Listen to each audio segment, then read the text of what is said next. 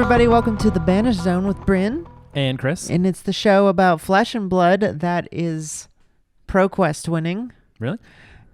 Yeah. Somebody won a ProQuest. Nice. You won? No, it was Chris. Oh, nice. Chris won a ProQuest yesterday, so he's all jazzed about that.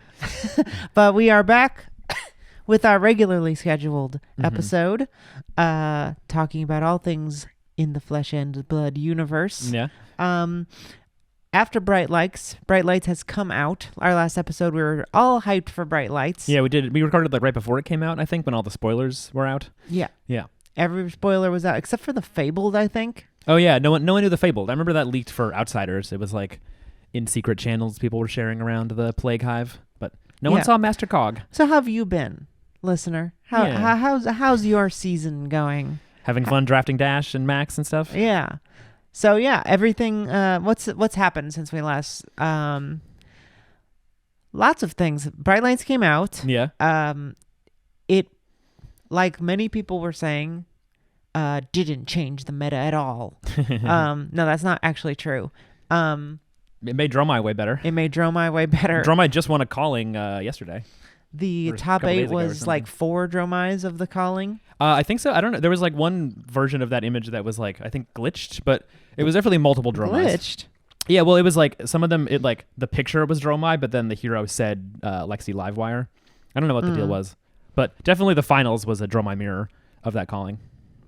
Yes, there was a Dromai mirror in the finals. Dromai has gotten good, which means it's Fi season, baby. Mm-hmm. She finally hit the books and decided to read the Tome of Imperial Flame, which is a pretty crazy card. Just says like, make 2 ash and filter your hand and have a starter.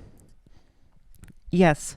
But yeah, so Bright Lights came, and I think people kind of assume when any new set comes out that what should happen is that the entire meta should be blown out of the water by a new hero who gets crazy strong. Or like, especially when it's all mechanologist. It's like, well, all the mechanologists should be the best class now. And it's funny because I feel like either way, people complain about whatever happens. Like, if Teklo and Max and Dash were all A tier and one of them was S tier, or however you want to say it, like really everyone would be mad. Like, no one would be happy about that. Now I can't play Ninja because Max is too good. Wow. Max invalidates Katsu. The mechanologists get everything and I get nothing. I am a brute only player. I'm a wizard only player. And I don't get anything. So why would I even buy this? I get scraps. I'm only going to buy 4 cases, I think. However, when nothing happens, people also tend to call it a weak set. They call it a set that doesn't really do anything. Very hard to satisfy TCG fans. There's always somebody complaining whichever way you go, unless it's perfect. It's really very true. That's a thing that she said that was very true. Oh, thanks. I thought so. and no lies detected. No lies detected. Yeah. And it's interesting. I mean, like, you know, it's like I've said on the show before, I'm very new to TCGs. I'm new to TCG's culture. And I don't know if it's like this everywhere. But it does seem to be pretty specifically a TCG thing that, like, even when you have this brand new game by an independent studio that is changing everything about TCGs, every set, like innovating every set, the whole concept of the game plays nothing like anything else. Every set feels like they're making a way for boxes to be more fun, more utilitarian. People are still like mad. And it's like, I know it's also an internet thing. Like, that's true. Yeah. Many people are fine with it, or it's like have a criticism and are like, this seems unbalanced, but that's fine. I'll just work around it, or I'll play the unbalanced thing because it's fun. Right. But more than anything, more than ever, I feel like this season people have been more salty, more mad at Flesh and Blood for things that I'm not sure anyone really has good reasons to be salty for. It is generally growing, so maybe it's just like the fact that there's more people playing means there's more people who are like a little touchy, are going to get mad about stuff or get annoyed about small things. Right. And I think that's, something that happens with anything. Like I've compared it before, I think on the show, to, when you love a small band and then they get big, it's like that creates a whole group of people who are like, I liked them before they were cool, and all these idiots started liking them. Yeah, yeah. But it's even more so because you interact with the game on a day-to-day basis. Mm-hmm. And it's like you're having conversations about like the material reality of the game, and like people just don't agree sometimes. Yeah, yeah. So it's very strange. Some aspects of the game are like you can't actually go back to an old meta. So if somebody started playing after the like Uprising meta, even if they play against Fi or Icelander or Dromai, it's like those decks are really different now, and the whole meta is different. So it's all a different experience. So it's like if you got into a band but then also like couldn't really listen to their old albums. Or like I guess if you were at a show, you couldn't experience. Well, that's the thing. Well, that's one of the reasons. I mean, I've had the experience of like being into a band, and when they get big, you can't really go see them anymore because it's like, oh, well, now I have to pay $50 and be, like weather crowds, and I miss when I could go to, Alphaville or 285 Kent or whatever. Some other New York venue that doesn't exist anymore, or like the Acheron or Aviv or whatever. And see them for $5 and hang out with them after them and smoke weed with them after or whatever, like that is just never going to happen. And because, you should be happy that you got to do it when you did it. Mm-hmm. But not to make this show a show complaining about complaining. Sure. It's just interesting to analyze. Totally. The gap between my perception of this incredible, like, I feel like we're still in the pay $5 to see this band at 285 Kent. Totally. Yeah. Era. And I should make that a more accessible metaphor. Pay $5 to see them at your local bar. Yeah. Like 3 people listening, and I know what you're talking about. Yeah. I think we probably have some listenership in Brooklyn. Sure. But I guess who was here in 2010. Mm-hmm. But whatever. The local bar version, I feel like we're still in that era. And they're like, maybe now they're playing like the bigger venue in your town. Mm-hmm. But like... They have like a small tour opening for like a bigger band. And it's like, hey, they're getting recognized. And before you know it... Yeah, like Logan on Flesh and Pod often says this. He'll say like Flesh and Blood is on sale right now. Just in general, like the cards and the collectibles and stuff. For sure. Which seems like, I feel like some stuff, like alpha boxes maybe aren't on sale. Those are pretty expensive. But like a lot of the cards and the staples and stuff, it probably is. Yeah, for sure. But I'll go ahead and say this. For me, and I don't know how you feel about this, but for me, Bright Lights is probably my least favorite set overall. Okay. That Flesh and Blood has ever released. And it's because I have more to say about this, and I'm trying not to do this in general, and I've learned over this past year of playing that it's something that is kind of a trap. But I am very aesthetics motivated. Oh yeah. And for me, cyberpunk, steampunk aesthetics,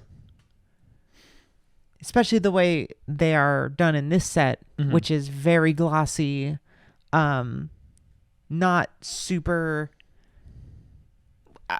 I do enjoy that this set is the most political set we've had. Yeah. And I don't know if we talked about this a little bit on the last episode, but there is some pretty specific like lore talking about the corporate evil and the like young anarchist. Yeah, Max being and, an anarchist.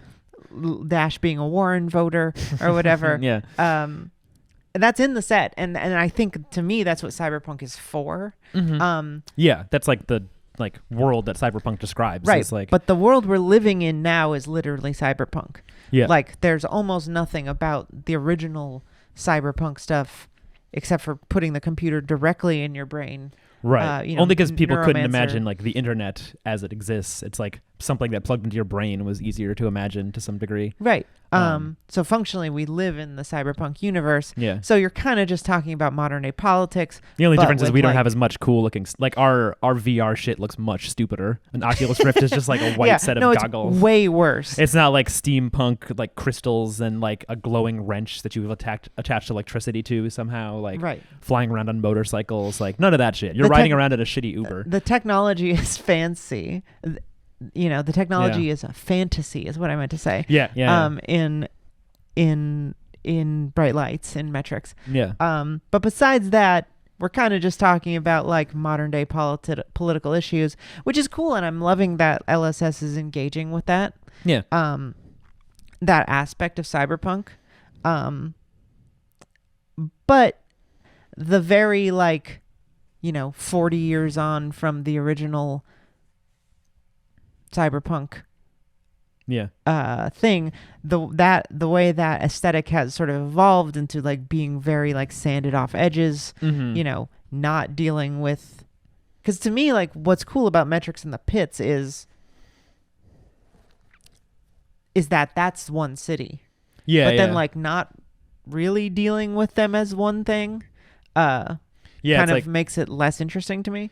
Yeah, it's true. It's like there hasn't been much crossover, I guess, other than Riptide showing up in a expansion slot card where he looks like he went up into Metrics. Yeah, they go like, up there, but we don't really get to see that much. And is it Dash who's friends with Lena Bell? Like, or Azalea is, or they both know her? I forget. Well, and then there's a whole story about Ricky going down into the pits. Right, Ricky knows. So we're gonna see Dash. all that, and I'm being patient, James White and Brian, if you're watching this. I know you watch everything. We love you very funny much. If Brian was watching this in bed and like sat up with a cold sweat, and his wife is like, "What is it?" And he's like, "They somehow knew I was watching." That's happened to me on podcasts before. I'm like listening as I fall asleep, and they're like, "And Bryn," I'm like, "Fuck, oh god, what happened?" Yeah, but no. I'm being patient with the lore, and that's all fine. But they're rolling it out real slowly. Risk of making a whole set that's one class is that lots of people aren't going to like aesthetically jive with that class. Sure. And the aesthetics of a game, this kind of game, are very important. And for me, it's not the hugest hit, right? Sure. Like, you're saying you're not really. I don't hate it. You're not going to build any mech decks after the set comes out. Yeah. You think? I'm just not super I think I would be more interested if one of them was S tier. Sure. Or like, well, yeah. Or the playstyle was super up my alley. Dash is pretty good right now, I think. Like, I think Adult Dash, like OG Dash and Young Dash are both pretty strong decks for sure. Dash is top 8 at calling. Young Dash? What about Dash IO? Also Dash IO, but I just mean like original Young Dash is definitely good, considering she was already really good and got more cards. Right. No, sure, but I've never been super into Dash. I don't love. So what I was gonna say is that I've found myself realizing that I'm not an aggro player. Sure, you never really have been. Yeah, I've had like the first deck I really built was Viserai. Yeah. And then I also built Dash and Blitz. I played Briar. That's true. You played some Briar at some point. I've played a lot of decks, and I've just realized that the last tournament season, I played almost exclusively CC Viserai because I was like, "Ooh, Viserai's back." Yeah. And then when Levia came out, Levia Redeemed came out, I was like, "Oh, I finally get to play Levia, and she'll be she's gonna be good now." Because I'm sort of, like I said, aesthetics motivated. Yeah. And what I came to realize during that whole season, from like when Viserai started to be good again, why did it start to be good? Because of the hat, right? Royal Viserai came back as a thing. I mean, also before the hat, he was good. Like last Nat season, a decent amount of people played like mid-range Viserai, and he didn't use the hat. Like it was just like a sort of consistent aggro deck that blocked well. Yeah. Sort of consistent. Yeah. So relatively consistent. I played a bunch of Viserai. I played probably like 50 games with that deck. With the Royal like Zach Bunn list. Yeah. Yeah, that was definitely the big, because he like that was it. He got top 8 in a calling, right? He top 8 in a calling, and everyone was like, "Whoa, Viserai!" And a lot of people love Viserai, and so they picked it back up. Yeah, and I just came to realize that while I do like the shadow theme, I like the dark stuff, I like the more ghouly, spooky stuff. Both of those decks, Levia and Viserai, just are not my taste. I don't have as much fun winning or losing with those decks. And so after Bright Lights came out, and there wasn't really anything that I was like being super aesthetically drawn to, and then playing a couple of drafts, felt like, well, there's not a lot I'm mechanically drawn to in here, because there's a lot of either Dash is a little has some combo potential. Yeah, totally. Dash IO.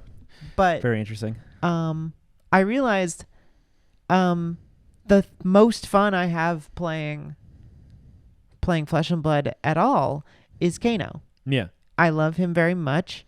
I've won the only armories I've ever won has been on Kano. Mm-hmm. And Reinar ones.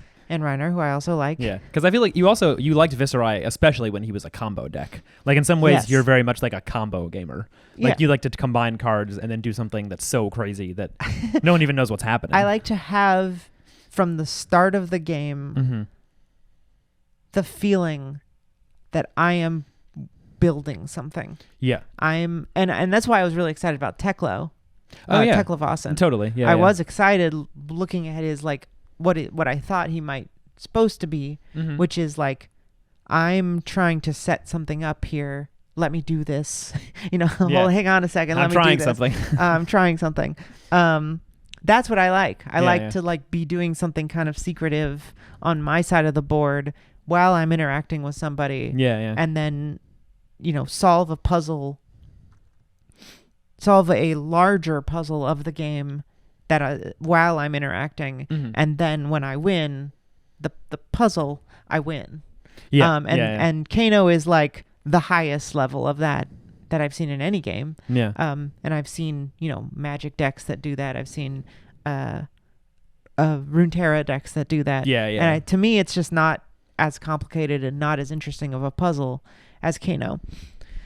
So I decided I would just like focus on playing Kano. Yeah. Especially and get really good at it. And try and practice it. The last year or so, like they're very much like they want to do away with having decks like, Briar when she came out, or Chain, or like maybe how Lexi is currently, where it's just like a big notch above everyone else, and so the meta kind of devolves into like people mostly playing that deck. And it's like the clear best choice to do. Like those kind of heroes, they want to phase out, and they want to bring a little bit of a lower power level and almost have everyone like equal, where it's like everyone will have some bad matchups. Everyone will have like stuff they can do. So I feel like in that kind of lower power level meta, like becoming the best at a deck is like the best thing you can do. Because like the way you'll win is just by knowing your deck better than your opponent. It's not going to be like by playing the strongest hero, because there won't necessarily be an obvious one. Well, that's what they hope. But I mean, and that's what they've been on. But like, even Brian Gottlieb, who I know is listening, said said that they were gonna quote unquote make mistakes. Right. Sometimes. Yeah. But even when he said that, he said it with like a wink in his eye. Like, look, I think the truth is that the point of card games is to do fun, powerful stuff. Yeah. And I definitely hope they don't make it too weak and even. If it's too even, then it's just like attack for 3. And as we were saying before, yeah, gamers complain about that too. Right. Like I remember the last time it happened, post Oldham, I think. Yeah. When people were like, "Well, what do I play now?" Yeah. And like there was this big wide open thing before Outsiders, where people were just like, but nothing does anything super broken. So what do I do? Yeah. And it was like, well, isn't that what you wanted? Yeah. Like, didn't what you wanted like and this is the thing, like people don't actually want to be playing chess. Otherwise you'd play fucking chess. Yeah. I like Go a lot, but it's a very different type of game. Like you want to have variance. You want to have big, like there's no point in Go where you can be like, I put down 7 tiles now and like I own half of the board. Yeah. You can't do that. There's no like, and in Flesh and Blood, you want to have a game that can swing in your favor. Otherwise, if you start losing, you're just like, well, now I've lost. Right. You want there to be ebb and flows. Yeah. Like Mario Kart with no blue shell. And I think Lexi is kind of the most boring version of Starvo that we could have, where it's just like a consistent aggro deck that does like above rate stuff. Yeah. kind of consistently, but can still lose, and so you can target it. Mm-hmm. Really bad matchup into Azuri. Yeah. So that's the thing is like I wouldn't even. People want to complain about everything. People want to complain about Lexi being like this super problem deck. Yeah, and it's like, well, play Azuri. Like if you don't want to, if Yeah, you don't yeah. want to lose to Lexi, like play Azuri, you'll probably win like most of the time. Or even Arachne. Arachne is fine into Lexi too. Well, Or I don't know about that, but no, that's true. Arachne is just worse than Azuri, so no one plays them. right. So it's like there's options, but people really mean they want to play. They want their hero to be broken. Right. Yeah, that's the thing. That's like, I feel like when people will say like, I just want a chance to play my hero. Really, they're like, I want some of the broken cards my way, which is something that like I hope happens to some extent. I do too, man. I want broken Kano stuff. Yeah. Like I hope every hero gets like new cards that the players of that deck are like, holy shit, this changes everything. I can do this or that. Yeah, and then people try it. And it's a balancing act that I think is very difficult on all sides. Totally, yeah. But I think that's what's cool about it. You know, Living Legend did an interesting topic, and I think it was an episode that didn't have Bill on it or something. Okay. But there was a topic that was like, does Living Legend have a hero problem? Or does LSS have a hero problem? Okay. And like the idea of like, is having a class-based game like necessarily going to cause these issues? Like when your hero LLs and you're suddenly like, wait, what do I play? Because it's like the different decks play so differently. I think that's one thing they brought up, but I was more interested in the idea of like, if you become attached to a hero the way Az is with Azalea, the way Fino is with Prism, or whatever, like, do you start being kind of myopic about what the meta is like and what the success of a set is like? And how do you get around that? And I don't really know. I mean, I feel like you should be able to trust your players to be like, okay, well, even though I like playing this hero the most, the game's still really fun. Mm-hmm. The game's still really cool. I should be able to play other heroes if they're better and I want to win, or I don't mind as much. I like playing this hero enough that I don't mind losing to X really good hero. Sure, yeah. When like I'm being left in the dust. Yeah, so I don't know. I mean, personally, I think it's a plus, right? Like I think it's a plus that you can sort of find a play style you really like and then be like, I'm only going to play this. Yeah, it will, and it's also really cool if you want variety too, because it's like you can sometimes just like switch back to a deck you used to play or like try a new deck. Like I'm excited to try Constructed Dash at some point because I've never really played it, but has all these new toys, a lot of fun old cards. Like playing Dash and Blitz or CC seems pretty fun. We'll talk about your ProQuest win, and you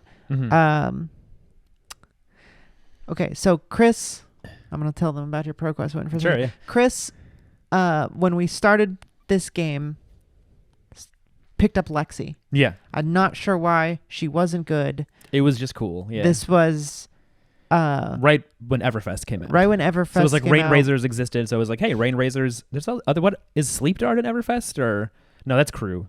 Like maybe Fatigue Shot. There was like a couple new arrows along with there was a couple new Rain arrows. Razors was like a clear power card, but it's like, hey, combine that with 3 of a kind. Pretty good. Good. Try Shot, I think. Try Shot might have been. Yeah. Everfest. Something weird like that. Yeah.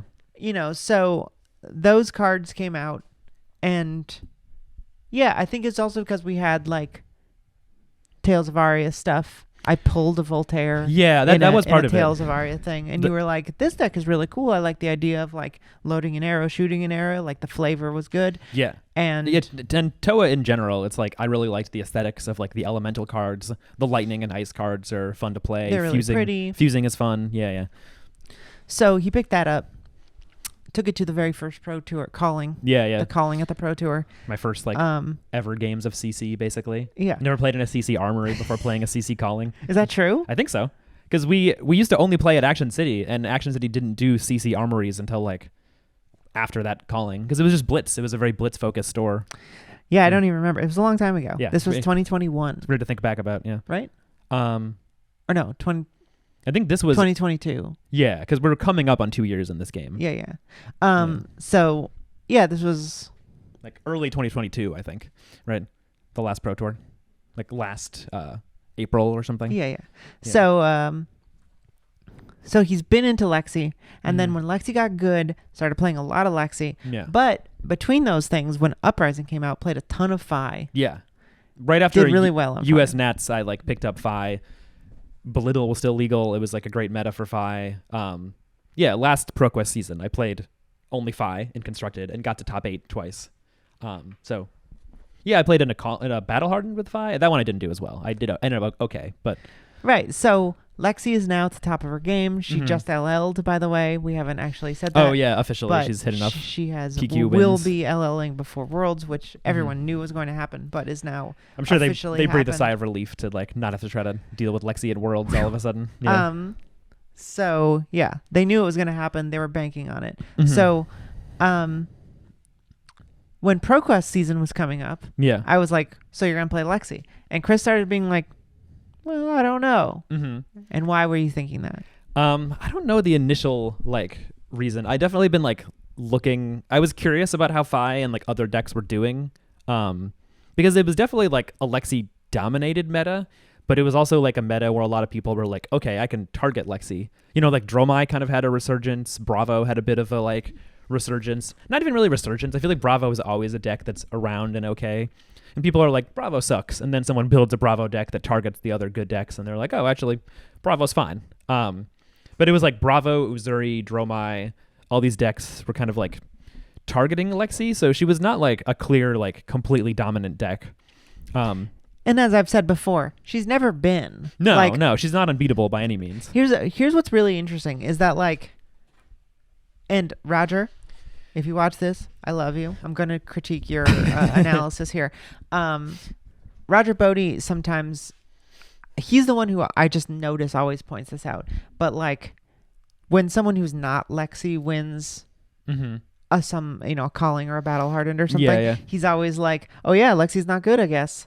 Like, oh, so that means we don't have to, like, no criticism can be lobbied at this and then like he will point out like Lexi is like 4 of the top 8. Right. She just happened to not win in the top 8. And like also the Pro Tour. she was the most brought hero. Yeah. And yes, that's all true. Yeah. However, I just think that like just because that's true, like doesn't mean she's necessarily the best, but like there is something to say about a deck that is the easiest to get free wins on if you haven't learned how to target. Absolutely. Like, yeah. Like especially earlier in a meta. Yeah, like Lexi is a great example of a deck like that. Like learn the game plan, pick up a decent list, play it. If your opponent is not great at playing against Lexi and you get at all lucky, then you'll win as Lexi because it's just really strong. And someone saltier than me, well, I think the point I'm trying to make, someone saltier than me might say that I'm calling the deck brain dead. And that's not true at all. Like it requires anything in Flesh and Blood requires a mastery of sequencing and decision making from hand to hand. The easiest deck is still really hard to play. And also different decks are difficult for different people. Like I feel like you and me are like that. Like you were describing how you pitch deck with Kano, and I was like, I would never be able to do that. Like, right. I mean, I could. I just haven't learned how because I haven't played a deck that requires it. Right, but I do think that like an aggro deck, any aggro deck that is going to be good is also going to be one of the most represented. Absolutely, because there's like a lot of net decking and like not that it's I net deck all the time. It's like if you're love net decking. If you're gonna go to a tournament, a lot of people are like, what's the best deck? And there's a sort of like following the leader kind of thing where they're like, hey, Michael Fang, Michael Hamilton, whoever, they all played Lexi, so it must be the best deck. I should play it. Yeah, and I just think that is like anything that is targetable, like hard countered, by something like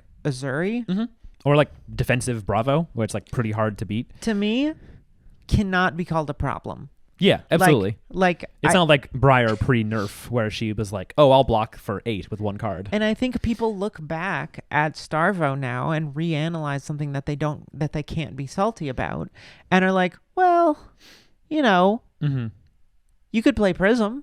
Yeah. And it was like fucking impossible. Yeah. And you could play Lexi. Like Yuki Lee Bender played Lexi at that Pro Tour before Outsiders when she just had her Everfest and like Aria cards and stuff and was beating Starvos. And let's not forget, there was 2 Kanos in that top 8. Yeah. No one expected Kano, so he no targeted one expects hard. the Kano. Yeah, no one ever does. And so, like, yeah, if like Flesh and Blood, even when you can argue that it's a little there's a deck that's a little busted, there are enough game plans to target it to, make it, I think, never like a 1 deck meta. Like, that just like isn't something that can really happen in this game. Yeah, that's true. It's like even when there was perceived. Let me take that back. I can conceive of a deck that would be broken beyond belief that couldn't be, and you could only do that. But I think I would argue I have full faith that they would never make 3 for 10 cards or something. Right. I mean, I think that's basically Like, that's what pre-errata Briar was. Like Ball, Lightning, Briar, pre-errata. Yes. Nothing else would come close because you could have a card that blocked for 8 or 9 on 1 card, so you could just get like such above rate value while also playing your game plan, like offensive and defensive value at once. So it's like all your attacks became insanely above rate. It's like, what if I had 20 fucking husks? Yeah. If I had like free unmovables that were also just cards that you wanted to play if you didn't block with them. It's so stupid. It's like, what if his Phoenix Flame did 5 damage? It was like that stupid. Yeah. It felt like. Again, if you're listening, you work at LSS, I understand. I'm sorry. It's fine. But COVID was crazy. But the developers admitted that it was a big whoopsie. It's the only thing they've ever actually eroded. Yeah. Well, I guess that's not true. It's the only hero they've eroded. Absolutely. And it's, I mean, like there's cards where they've like eroded them to work with the rules, like Blizzard or something. It's like Blizzard, they were like, we know what it's supposed to do. We're changing it because of how the rules are written. But Briar, they were just like, it does not do the thing it says. No, that's not what we meant it to do. Stop making embodiments. Crazy. Bro, stop. Make 1 only. Like, I feel like I remember thinking that. Yeah. I was like, me too. I was like, not every time, they must, right? Because the second one says it's a plunder run that buffs your fucking defense cards every time. Yeah.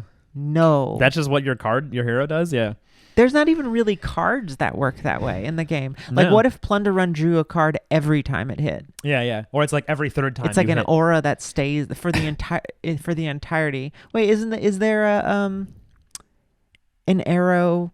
There's like a card that, but like it's like Art of War on your hero. Kinda. But it's like even more powerful. You can just like add a little buff to everything, to every kind of like basic type of card. It's crazy. Yeah. And I think that's an example of what it would mean to have. And even then, that deck didn't was it the best at the time? Like, weren't people playing Chain after Rosetta came out? I think Michael Feng brought Chain to US Nats in like 2021, and he didn't make the finals, so it's like he probably beat a lot of Briar along the way. Right. And so I guess what I'm saying is like, unless they make a huge whoopsie, like, the game is not really designed around 1 deck formats. Right. No, it's like that's a perfect example of like Lexi is not even in the same universe as a deck like Lightning Briar. There's plenty of other decks that can have. I would argue she's not even in the same country as Starvo. Like, she's not that good. I mean, like, yes, she's good, and she's a very viable deck, a comparatively easy to pilot deck. Yeah, I feel like she like get you wins. She invalidates other decks to a lesser degree than Starvo did. Like, where it was more of like it was like Starvo and then 2 decks that could play into him, and that was about it as far as like the mainstream meta went. There's like a lot more different decks that people are like, this can be built to target Lexi. Right. So anyway, there's a lot more news we have to cover. Right. Yeah. Sorry. Let me get back to talking about why I played Phi at ProQuest. So. Oh yeah.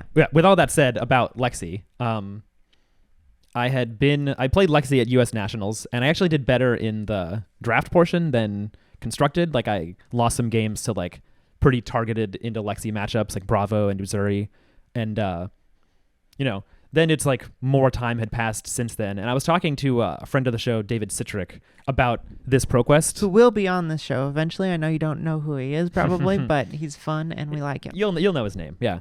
We were just talking about like what we were going to play for this ProQuest, because I was sort of like, the default is I would play Lexi. It seemed, it's like on paper a really great choice because it's one of the best decks. And he was talking about how he's mainly he's mainly a Dash player. He played Dash at Nationals, did pretty well in Constructed, like beat some Lexis. And he was saying he didn't really think he wanted to play Dash at this ProQuest because he was like, I think there's going to be a lot of Assassins and a lot of Dromai. And he was like, even with the new Bright Lights cards, like Dash got better, but she's still kind of bad into Dromai, and Assassin sucks. Like Uzuri can fatigue her. And so I was thinking about that, and I was like, so there's going to be like a lot of Assassin, which is like, I never figured out that matchup. If I like played an Assassin, I would just get crushed. Dromai is like winnable but tricky as Lexi. And so I was like, yeah, it might be like a decent amount of like tough matchups. And then also like the weird thing about our local meta is like, if you go to a calling or like a big event, you're going to see a million Lexi because it's like the most popular deck. But locally, it's like there's really only like 3 or 4 players, me being one of them, who are actually like Lexi mains who play Lexi all the time. Right. And there's like a lot of people who, even though they're really competitive, play other stuff like Icelander or Dromai or Dash, or maybe even like play pet decks a little bit and like aren't necessarily trying to play like the best deck. So I kind of had this read about this ProQuest that I was like, I don't think there would actually be that many Lexis. So it's like, if I play a deck like Phi that is like not amazing into Lexi, it's not the end of the world. And I feel like there's going to be a lot of like Assassin and Dromai, which actually I was wrong. There's only one Dromai, but we knew weirdly. Yeah, well, we knew Fino Black and his friend James Silver were signed up for the event, and and Fino at least usually plays Illusionist, so we were like, well, there's probably going to be a really good Illusionist player there. And so I just was getting this general vibe that I was like, and a part of it is like, I've been playing Lexi in this competitive season for a while, and I was sort of getting the feeling like I'm not really like an innovator with the deck, so I don't know if I would bring anything new. And if I brought Lexi, everyone would like know exactly what my deck was doing, probably be planning for Lexi and maybe even preying on Lexi in the case of Assassins. And so it sort of felt like if I bring that deck, maybe, it wins because it's really good, but also a lot of people are going to be like, oh, perfect, Lexi, I can fatigue you. And it also just is like, one of the worst feelings for me in Flesh and Blood is like getting fatigued or like having to like fight through that and like not be able to win. And so it was like Phi is a deck that is like not fatigable at all. And just generally like no one's teching for Phi. So you play Phi, people aren't expecting it, and they're like, oh shit, what do I do against you? And I was still back and forth. Like I built a Kadachi Phi list that I got from the Phi Discord. I played it at an armory a couple weeks ago and went 1-2. I got like crushed by an Icelander, and I lost to Uzuri. So I was like, well, I don't know how good this deck is. Maybe I play it. And then like a few days before the ProQuest, like last week, I was like, I'll probably just play Lexi. It makes the most sense. But I wasn't really like planning. Like I knew I wanted to change my Lexi deck a little bit. And then the Saturday of this weekend, the CC ProQuest was on Sunday. On Saturday, I rode with some people out to Long Island, like a couple hours away, to play a draft PQ of Bright Lights. And then I made top 8 of that. So it was 2 rounds of drafting. I'm about to play top 8 and I'm like already exhausted. And I'm like, man, I'm going to get home at like 10 p.m. or 11 p.m. I have to wake up tomorrow and leave the house at like 9 a.m. to go play a ProQuest. And I haven't actually sleeved that Lexi deck. Meanwhile, this Phi deck is all sleeved up. It's perfectly ready to go. I have a sideboard guide saved on Fabrary. And I was also just like, I'm so tired. Do I want to wake up and play Lexi and have everyone target me? Or do I want to just like play a fun deck and play Phi? And that was honestly like part of the decision making, is that like it was literally sitting in my deck box, like ready to go. I'd have to change like one thing and print it. So I was like, whatever, I'll play Phi. And then I showed up, and it was like a light on Lexi's room. It was like only 2 Lexis. And I ran into at least one matchup that like maybe he was meaning to target Lexi. I'm not sure exactly, but there's a guy playing Tree Frog Dash, like really defensive Dash with the new like mech equipment and stuff, which for Kadachi Phi was like, it felt like the most free matchup possible. Someone who was just like, I'm going to try to block with 3 cards and not interact with you otherwise, and like, shoot you with a pistol. So I just got to like play 5 card hands and attack him down constantly. Here's 25 damage. And also just like I was a little lucky I won my first game against Akatsu. Then the second round was against that Dash. I won that pretty comfortably. This is going to be 5 rounds of Swiss. The third round, I get a pair down into Bryn because she was playing Kano, was 1-1, and we pair up. And you were basically like, I feel like I should just scoop this game because someone had mentioned like some like gem wizard was like, oh yeah, if you're 3-0 to start, you're guaranteed top 8. Yeah. Which I like, never know how people like know that stuff, but like they have some logic to it. So you were just kind of like, I'd rather you be in top 8 because you were playing Kano for fun, and you were like, if I get one win, I'm happy. Well, I also didn't think I'd win that matchup anyway. Like we did play it out, the Phi Kano matchup is pretty tough because I've focused most of my practice on how to pitch stack, right? Yeah, memorize my pitch stack and do big combo, which is impossible because the Phi matchup lasts 3 turns. Yeah, you have 30 life. Phi is like, oh no, I tripped over and 20 damage fell out of my pocket. Yeah. I mean, even if you block with your whole hand, you are probably taking 5, at least 5 damage a turn. As Phi, I love nothing. The more cards people block with from hand, the better, because then it's like you're doing nothing, and I'm still like Phoenix Flame to poke you. Like, so the matchup is race. You have to race to 30, and then I have to race to 40. Yeah, and you get an extra turn because of the Striders. That means I have to full send a Swell Tidings and a Ether Spindle. Hopefully see all my shit and then kill you turn 3. Yeah, like that's how that matchup goes, and it's like very heavily Phi favored. So, for me, I was just like, I'm not going to beat this matchup, so I might as well just say you can have it. So we said that you can have it, and we played it, and I was correct. I lost. I tried, but I lost. Yeah. So, yeah, I got some, like, gem favorability. I could have played into, like, any of the, like, the 2 Lexis in the room, and I didn't. So it's, like, early rounds, I managed to get some wins and was like, okay, look, I'm already locked for top 8. It didn't even, like, I felt like I was just showing up, playing to have fun, and then suddenly was locked for top 8. Then round 4, I played against another Kano, our local like Kano one-trick Andy, who is a really, really good Kano player. It's a really good trick. He's very good. He's incredible. He won a skirmish recently playing Kano in Blitz. So I played into him, and he destroyed me. He just like because I only had an AP1. I have barely any blues. I'm not really paying for prevention. So he managed to just like hit me for a bunch of damage and then combo off and destroy me. So I was like, that's how that goes. Like, it's kind of a coin flip. Last round I played into Dorinthia, who did like glistening steel blade supremacy really early, and I was looking at my hand and I was like, this does not block enough to even try. I just have to like take this and race, and was like, it made it a very close race because that turn she was like, all right, now I have 3 counters, and then the next turns was like, I hit you once and I attack for 7 and keep my counters.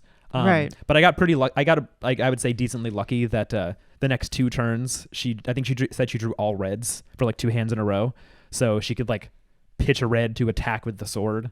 Also because I don't actually know if this affected anything, but like looking at her, like what she was presenting, like when she swung with no go again, I was like, well, she almost certainly has a glint if she's gonna have go again, because she'd already played 1 run through earlier. So I was like, I think you're going very technical into this. I'm just saying, yeah, sorry. This is a show, but sorry, I'm getting lost in the weeds a little bit. Anyway. Yeah, you made it to top 8. Yeah. And then you made sorry guys. You made it through a Dramai, or excuse me, an Azuri, the same Kano, and then the final Lexi. And I played Lexi in the finals. Great. Yeah. So it was a beautiful time. I did not win. I won 1 game. It was a good time. Yeah. But yeah, so now we're just trying to figure out how to get to Los Angeles. Yeah. Because LSS has blessed us with telling us the location and the dates for Pro Tour 4. This will be the 3rd Pro Tour that we try to go to. We did not try to go to Lille. Yeah, I was not going to fly all the way to France. Neither of us. When I was not playing in the Pro Tour. I mean, this will be the first Pro Tour that you're qualified for. Yeah. Or one of us is qualified for. It's pretty fucking hard to qualify, yeah. It's not easy. It's very hard. You gotta go to the event and then just like win. You have to win the whole thing. Straight up. Yeah. Yeah. So it'll probably be a very tough tournament because yeah, I feel like people don't stress enough. Like, everybody here won a ProQuest, like, which is not easy. Most of your locals don't do that. One or 2 of them. It's like the best person in your locals. Yeah, if you have multiple ProQuests locally, then it's like 3 people in your like tri-state area did or something. It's pretty crazy. Right. So, but it's very cool that they have really dedicated to informing people very early. Mm-hmm. Unfortunately, it's not close to our house. Yeah, like that is Jersey nice. If it was in Jersey, or Baltimore that'd would be be extremely hype. Yes. So we're gonna try. But hey, at least it's not in the middle of like a hell desert like Las Vegas is. Right. One of the worst places on earth. Didn't like it.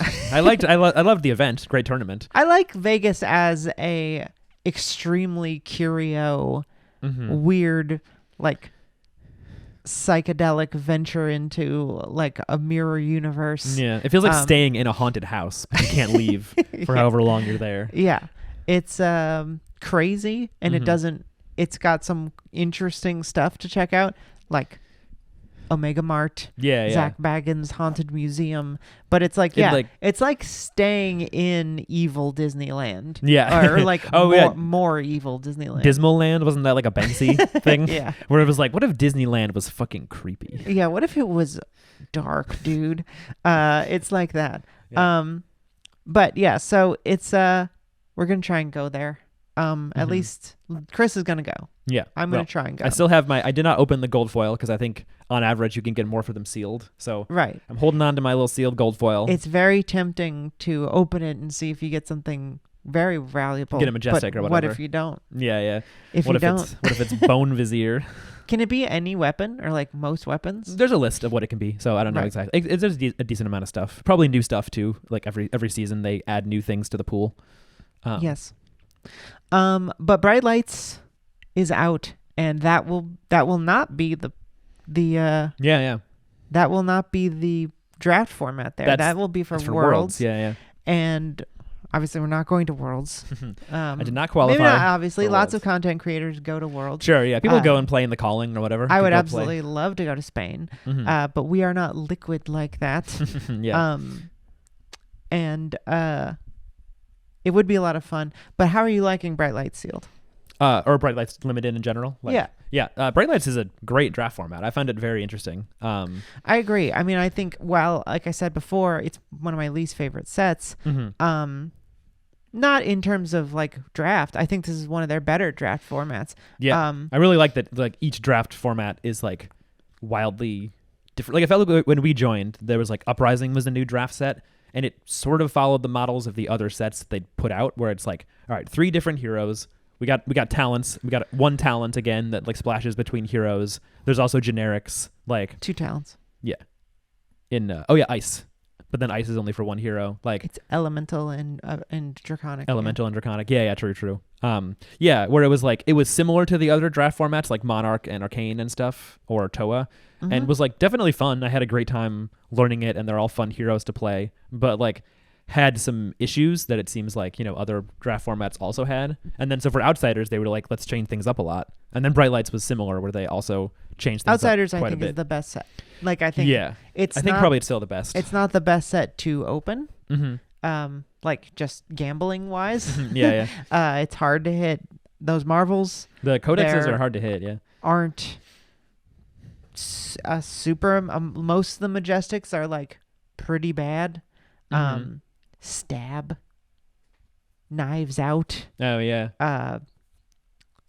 What is it? Stab Wound? Is that what you're thinking of? Stab Wound. Yeah. Stab Wound, Knives Out. I can't even like Amplifying Arrow. Is that in there? That is in there. No one ever uses it. Why? Yeah. Yeah. And that feels like the beginning of like we should put like expansion slots in here. Yeah. There's like a couple of things where it's like this isn't for anything in this set, but it's what is it for? There's a lot of like real mid to bad majestics in there that are just like, okay, great. Yeah. So not the best set to gamble, but I really don't know if I can even really respect that kind of valuation of a set. Like, okay, you don't get to open cool cards like every time. It's like it's hard because I feel like people like Rudy and like I'm thinking about this because I was just watching Master Set Madness, who is a channel that I really love to watch. Yeah. Like I've said many times, I got into card games because I like opening packs. Totally, yeah. And even I, someone who like got into the game just so I could open packs, like I can't evaluate the quality of a product on like how often it feels good to gamble. Like, Yeah, I that's a just good feel like point. that's a really bad way of looking at things. Like Rudy will be like, "Oh, it's really hard to hit stuff." Like people start letting that into their head, and it's like that is not the point. Yeah, Like yeah. LSS makes games to play, Yeah. and they have given some lip service to collectors. Yeah, yeah. As like they want them to be happy, and they do. They make really hard to hit chase cards. And they have like a strict policy for reprinting cold foils where they're like never coming again. Like right. the And EA Tunic, there's 50, and that's it. The EA gold foil or whatever, like right. that's it. And that's crazy and great, and that's cool for them, and I think that's beautiful. But like, I've seen people complain about bright lights of like, the Marvels don't even look that good. The Marvels aren't worth anything. The M's aren't worth anything. It's like, I don't care. Well, like, I honestly don't give a shit. Like, I do agree that like the Marvels are sort of the weirdest looking Marvels they've done. In that they kind of just seem like cold foils. And there's really no reason they're not EA, especially the Breaker ones. Yeah. The Breaker Evos. They should be EA at least. The Iswardi, the artist who did the Breaker art, he went on Flesh and Pod. Shout out Flesh and Pod. Free ad for you there, Derek and Logan. And talked about how like they wanted these pieces and they wanted to all look similar, but they didn't want them to be the same. And he's like, well, what if I do it all as one big piece? And that's why the Breaker mat is that art. Oh yeah. And it's like zoomed in. So what I find very strange is that for the Marvel, they had a whole guy. Yeah. Each one of them is a different guy. And so they could have put the whole guy on each of the cards. Yeah. And or then, at least like had it extend down. Or had it extend or something. But like, it's not even extended art. It's strange. Yeah. Maybe they have a plan of printing the different versions of those some other way. I don't know. Yeah. Yeah, I don't know. But it is like a good point that it's just like it's really hard to criticize them in terms of like the EV of a box, because like that's like the most out of their control when you compare it to like the balance of the game is 100% in their control, because it's like if a card is too good they can ban it, if a hero is too good they can nerf them. Like people all have their like nitpicks about like when they should nerf stuff. There's a lot of like whiners who, instead of like getting better at the game, wanted to just complain that Lexi is too good, or like, well, I lose to Lexi sometimes, so I want to stop playing. Like there's people who disagree with how they balance it, but it's like it's definitely under their control. But like they don't actually decide how much people will pay for, or how much people will like. Yeah, Majestics or whatever. They tried make something that looks really cool, and I mean like Taklovas and Marvel is like, I've never even seen anyone pull that. Oh, yeah. Like I said, that Master Set Madness guy's opened like 30 cases. I haven't even seen him open one. Yeah, that's true. It is really hard. I guess that's part of the reason it's like still $500. So, yeah, I opened a case that had 2 Fableds in it. Yeah. An EA HyperX 3, a Marvel Steel Soul Memory head. Steel Soul Memory? Soul Steel Memory? I don't remember. I think had it's a ton Steel of Soul shit Memory. in it. Still no Teklavison.